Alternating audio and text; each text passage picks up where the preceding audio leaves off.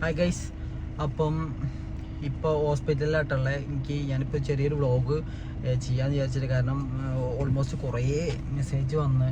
അപ്പോൾ എനിക്ക് പിന്നെ എന്താ പറയുക, എല്ലാവർക്കും റിപ്ലൈ കൊടുക്കാൻ പറ്റിയില്ല. അപ്പോൾ ഞാൻ കുറച്ചൊക്കെ കൊടുത്ത് ചെറിയൊരു 5 മിനിറ്റ് ഗ്യാപ്പിൽ എന്താ പറയുക ജസ്റ്റ് ഒന്ന് പറഞ്ഞു വെച്ച് പോകാമെന്ന് വെച്ച് വന്നാൽ, ഇപ്പോൾ ഹോസ്പിറ്റലിലുള്ളത്. ഞാൻ ഇന്ന് രാവിലെ ജസ്റ്റ് തൃശ്ശൂരൊക്കെ പോയിരുന്നു. അപ്പോഴാണ് ഉച്ചയാവാൻ നേരത്താണ് ആര്യനെ വിളി വരുന്നത്. ചെറുതായിട്ട് പെയിൻ ഉണ്ട്. അപ്പോൾ ഇന്നലെ തൊട്ടേ ഉണ്ട് കേട്ടോ. ഇന്നലെ ഞാൻ ആര്യനോട് എപ്പോഴും പറയുന്ന കാര്യം എന്താ വെച്ചാൽ, വേണ്ടാത്ത കാര്യങ്ങളിലൊക്കെ ഇടപെടാൻ പോകണ്ടെന്ന് ഞാൻ പലവട്ടം പറയും. ഇനി വേറെ എന്തെങ്കിലുമൊക്കെ ഇവിടെ ഇങ്ങനെ നോക്കി വെറുതെ ടെൻഷൻ അടിക്കും, ഓവറായിട്ട് പാനിക്കാവും.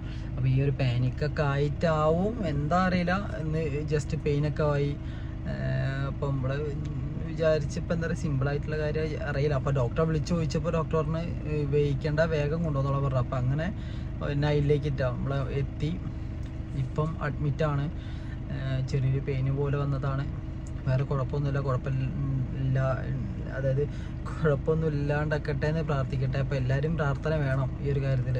കാരണം നമ്മളൊക്കെ ഈ ഒരു സോഷ്യൽ മീഡിയയിൽ ഇപ്പം ആരെയാണെങ്കിലും ഞാനാണെങ്കിലും ഇപ്പോൾ വന്ന് നിൽക്കേണ്ടതിൽ ഇപ്പം നമ്മളെ സപ്പോർട്ട് ചെയ്യുന്ന കുറേ ആൾക്കാരുള്ളതുകൊണ്ടാണ്. അപ്പോൾ ആ സപ്പോർട്ട് ചെയ്യുന്ന ആൾക്കാർ ഉള്ളതുകൊണ്ടാണ് ഞാൻ ഇപ്പോൾ ഒരു വീഡിയോ ചെയ്യുന്നത് പോലും.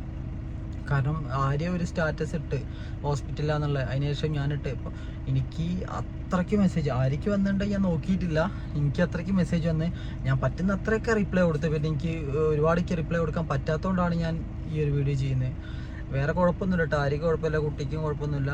പക്ഷേ ഡെലിവറി ഇനി എന്തായാലും എന്താ പറയുക കുറേ നീണ്ടു പോകുന്നില്ല. ഇപ്പോൾ 8-ാം മാസം റേഞ്ചാണ്. കുറച്ചുകൂടി കഴിഞ്ഞാൽ ഉണ്ടാവുമെന്നാണ് ഡോക്ടർ പറഞ്ഞത്. ഞാൻ അപ്പോൾ ഡോക്ടറോട് ചോദിച്ചിട്ടുണ്ട് കാര്യങ്ങളൊക്കെ. പിന്നെ വെച്ചാൽ ഈ ഞാനിപ്പോൾ സത്യം പറഞ്ഞാൽ എന്താ പറയുക, നമുക്ക് ഇങ്ങനത്തെ ഒരു സീന് വന്ന് ഞാനിപ്പോൾ വീട്ടിലെത്തുമ്പോഴേക്കും, ഞാൻ തൃശ്ശൂരിൽ നിന്ന്, ഞാൻ വിഷ്ണുവേട്ടനാണ് തൃശ്ശൂർ. വീട്ടിലെത്തുമ്പോഴേക്കും വീട്ടിൽ ഒരു 4-5 ആൾക്കാർ മിനിമം, ഓരോരുത്തരും ഓരോ പണി, ബാഗ് പാക്ക് ചെയ്യാനോ പാത്രങ്ങളോ എടുത്തു വെക്കാനോ, അതും എല്ലാവരും ടോട്ടലായിട്ട് നമ്മളെ കൂടെ സഹകരിച്ചിരുന്നൊരു സമയം.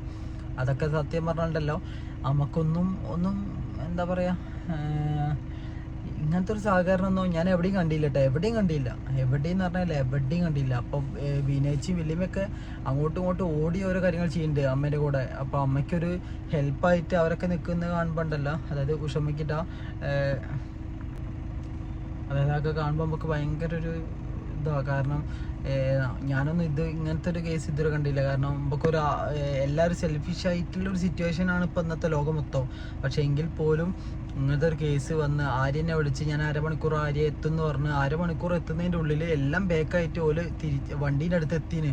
അപ്പം അതൊക്കെ കാണുമ്പോൾ നമുക്കൊരു എന്താ പറയുക, ഇപ്പോൾ നമുക്കൊരു അതായത് നമുക്കൊരു സിറ്റുവേഷൻ, അതായത് നമ്മളില്ലാണ്ടായി പോകുന്ന ഒരു സിറ്റുവേഷനിൽ നമ്മൾക്കൊരു താങ്ങായിട്ട് നിൽക്കുന്ന ആൾക്കാരാണ് നമുക്ക് ഏറ്റവും വലുത് ഗൈസ്. അപ്പോൾ ഈ വീഡിയോ ക്ലാരിറ്റി നോക്കലട്ടോ. കാരണം എന്താ പറയുക, ഞാനിപ്പം ഹോസ്പിറ്റലിൻ്റെ പുറത്താണുള്ളത്. അമ്മ, വല്യമ്മ, അതായത് ഉഷമ്മയും വല്യമ്മയും റൂമിലുള്ള ആര്യയുണ്ട്. ഇപ്പം ഞാനിപ്പോൾ അങ്ങോട്ട് പോകണം. ഞാനിപ്പോൾ ഫുഡൊക്കെ സെറ്റ് ചെയ്ത്, ഫുഡ് നമ്മൾ വീട്ടിൽ നിന്ന് കൊണ്ടുവന്നാട്ടോ കൂടുതലായിട്ടും. ഞാൻ പിന്നെ ആര്യക്ക് എന്താ പറയുക, ആര്യക്ക് ഈ ഒരു സമയത്ത് എന്തെങ്കിലും ഒരു ഹാപ്പി നിന്നോട്ടെ വെച്ചിട്ടാണ് ഞാൻ ഒരു ചെറിയൊരു മന്തിയൊക്കെ വാങ്ങിക്കൊണ്ട് കൊടുത്ത് അവള് കഴിച്ചോട്ടെ. കാരണം അവൾക്കിപ്പോൾ കിട്ടുന്നൊരു സന്തോഷമൊക്കെ ഉണ്ടല്ലോ. നമുക്ക് അവൾക്കൊരു പെയിൻ ഉണ്ടാവില്ല. അപ്പോൾ ആ എനിക്ക് ആ പെയിനൊന്നും അറിയില്ലല്ലോ.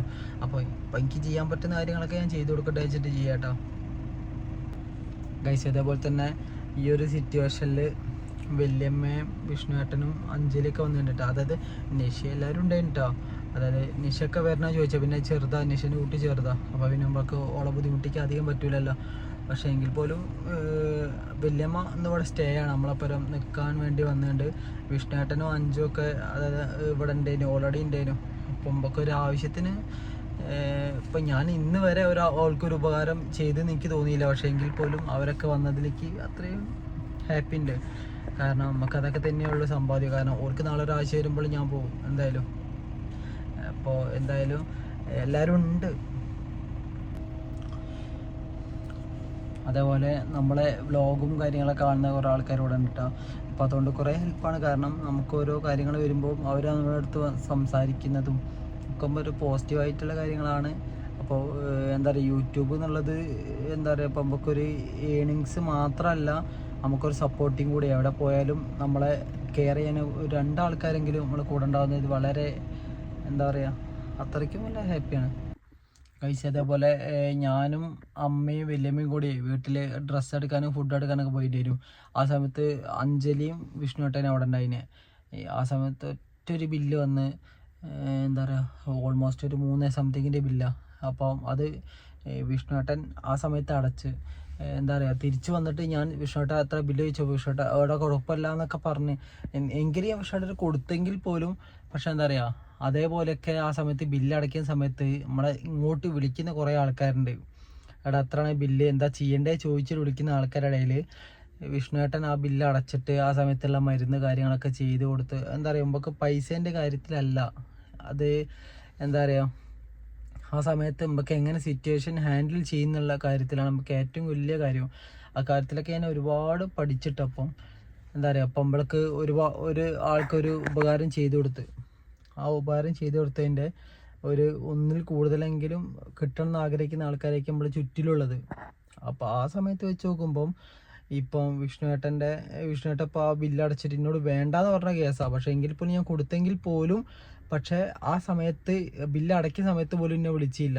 ആര്യം എന്നോട് പറഞ്ഞത് വിഷ്ണുവിൻ്റെ ബില്ലടച്ച് എന്ന് പറഞ്ഞത്. അപ്പോൾ എന്താ പറയുക, നമുക്ക് അതൊക്കെയാണ് എന്താ പറയുക, ഇന്നത്തെ ഒരു കാലത്തിൽ എന്താ പറയുക, എല്ലാവരും സെൽഫിഷായി നിൽക്കുമ്പം ഒരു കാര്യം പോലും വേണ്ട. അതായത് ഇപ്പോൾ ഞാൻ ചെയ്തൊരു ഉപകാരത്തിന് എനിക്ക് ഒന്നും വേണ്ടാന്ന് വിചാരിച്ചിരിക്കുന്ന ആൾക്കാർ നമ്മളെ കൂടെ ഉള്ളതല്ലേ ഹാപ്പി. എന്താ പറയുക, ഇതൊക്കെ ഞാനിപ്പോൾ ഒരു ജസ്റ്റ് വീഡിയോ പറയുന്ന ഒന്നും ഉണ്ടായിട്ടില്ല കേട്ടോ. കാരണം എന്താ പറയുക, നമുക്ക് ഇന്നത്തെ സിറ്റുവേഷൻ ഇന്ന് പറയാണ്ട് നാളെ പോയി പറഞ്ഞാൽ ഞാൻ ആരായിപ്പോൾ, അതുകൊണ്ടാണ് ഇന്ന് ജസ്റ്റ് പറഞ്ഞതേ ഉള്ളൂ കഴിച്ച്. അതേപോലെ ഇന്നിപ്പം എല്ലാത്തിൻ്റെ ഇടയിൽ കൂടെ ചെറിയൊരു പഞ്ചറ കിട്ടി. ഞാൻ അപ്പോൾ അതാ ഇവിടെ പോയിട്ട് കേച്ചേരി പോയിട്ട് അടച്ചു വന്നിട്ടുള്ളൂ. എന്തായാലും ഇപ്പം ഹോസ്പിറ്റലിലേക്ക് പോകാം നമുക്ക്.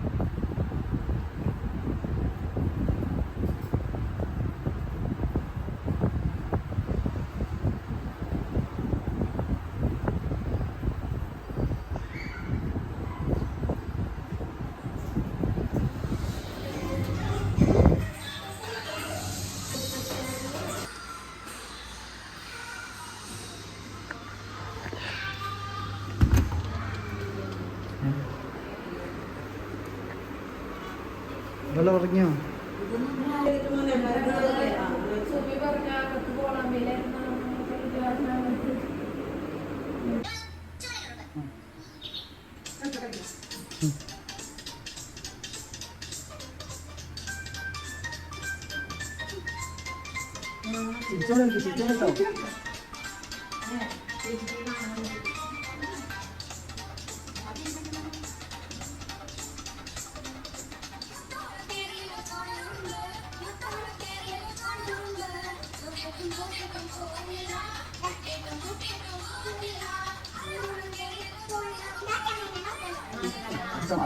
അച്ഛനെ നോക്കുന്നേ മോള് വെച്ചോ.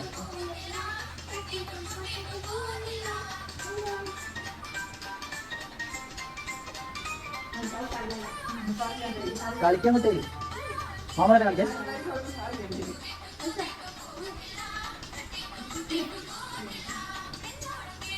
ശരിക്കോട്ടെ.